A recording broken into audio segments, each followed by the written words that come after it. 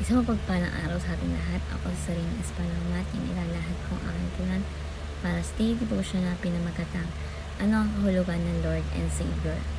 So, ang ating concept is evangelism. Evangelism means is the proclamation of the gospel to unbelievers. So, ang ating scripture is 2 Peter chapter 1 verse 11 na sinasabi, "For in this way, there will be richly provided for you an entrance into the eternal kingdom of our Lord and Savior Jesus Christ."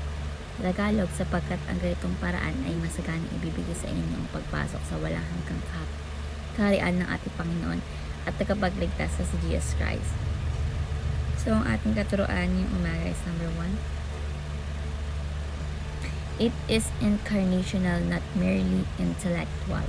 So, meaning, ang tunay na evangelism, hindi lang pagtuturo ng tamang doktrina, kundi ipapakita ng ebanghelyo sa buhay mismo, no? Example ito na hindi mo lang sinasabing mahal mo ang Diyos, no, mahal ka ng Diyos. Pinaparamdam mo ito sa pamamagitan ng malasakit, pagtulong, at pakikinig. So, it is incarnation, not merely intellectual.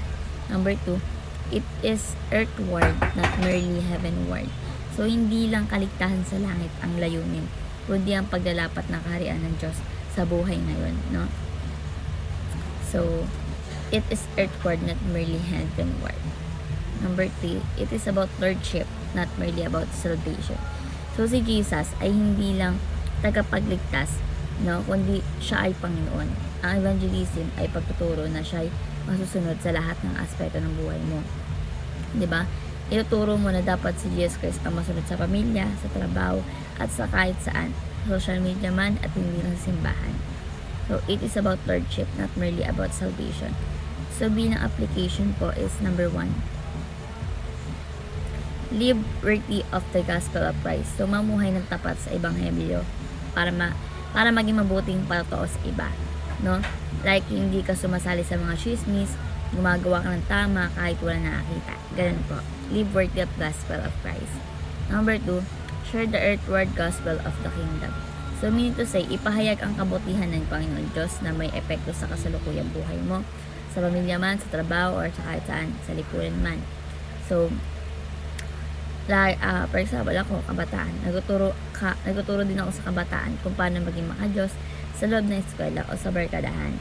So, share the earthward gospel of the kingdom. And lastly is, evangelize all areas of life under the lordship of Christ. So, ipahayag ang pagiging Panginoon ni Kristo sa lahat ng larangan ng buhay. Hindi lang sa loob ng simbahan. 'Di ba? So, bilang boss, pinapairal mo yung katarungan at malasakit bilang artist. 'Di ba? Niluluwalhati mo si Kristo sa iyong gawa. Yun. So, evangelize all areas of life under the lordship of Christ. So, ayun namin ang daily devotion na matulungan kayo, ma-share sa iba, ma-apply sa ating buhay. Thank you sa pakikinig at God bless po sa ating lahat.